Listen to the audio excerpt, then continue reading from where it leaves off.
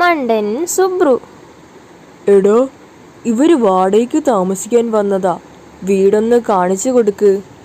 പിന്നെ നമ്മുടെ വീടിനെ പറ്റി നീ പുകഴ്ത്തി പറഞ്ഞേക്കണം കേട്ടോ. അത് ഞാൻ ഏറ്റു. നല്ല ഉഗ്രൻ പൂട്ടാ.